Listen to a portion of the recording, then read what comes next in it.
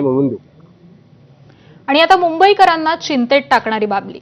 मुंबईतील जे रुग्णालयातील निवासी डॉक्टर्स हे आजपासून उपोषण सुरू करतायत.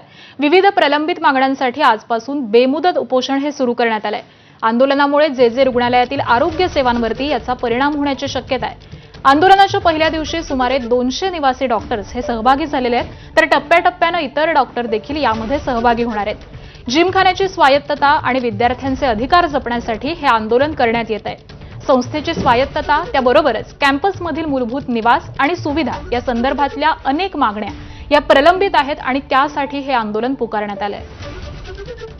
मुंबईच्या जे वैद्यकीय महाविद्यालयात निवासी डॉक्टर त्यासोबतच पदवी शिक्षण घेणाऱ्या हे विद्यार्थी आंदोलनाला बसले आहेत. साधारणपणे 200 विद्यार्थ्यांनी आजपासून हे आंदोलन सुरू केलं आहे. आपल्यासोबत याच वैद्यकीय महाविद्यालयाच्या विद्यार्थिनी आहेत. नेमकी काय मागणी आहे? कारण तुम्ही म्हणताय की जुनी समिती तुम्हाला हवी आहे, नव्या समितीमध्ये अनेक अधिकारी आहेत, प्रशासकीय अधिकारी.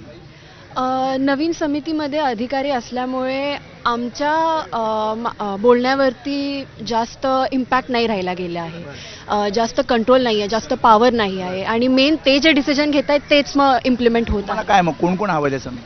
आम्हाला त्यामध्ये स्टुडंट बॉडीचा जास्त हक्क यावा अशी मागणी आहे, जास्त पॉवर यावी अशी मागणी आहे. हॉस्टेलमध्ये स्वच्छता ही खूप खराब आहे. वरून पिण्याचं पाणी, स्वतः डॉक्टरला पिण्याचं पाणी हे स्वच्छ मिळत नसून डॉक्टर स्वतःही आजारी पडत आहेत. भरपूर MBBSचे स्टुडंट्स जी खूप लांबून येतात. हे आंदोलन जोवर आम्हाला एक ऑफिशियल बैठक बोलवली जाणार नाही, ज्यात GS व अदर कमिटी मेंबर्स GMCSAचे, तोवर आम्ही हे आंदोलन कायमस्वरूपी ठेवणार आहे. कॅमेरामॅन अरविंद वारकेसह मी वेदांत, ABP माझा, मुंबई. आणि आता शिक्षण क्षेत्राला काळीमा फासणारी घटना सातारा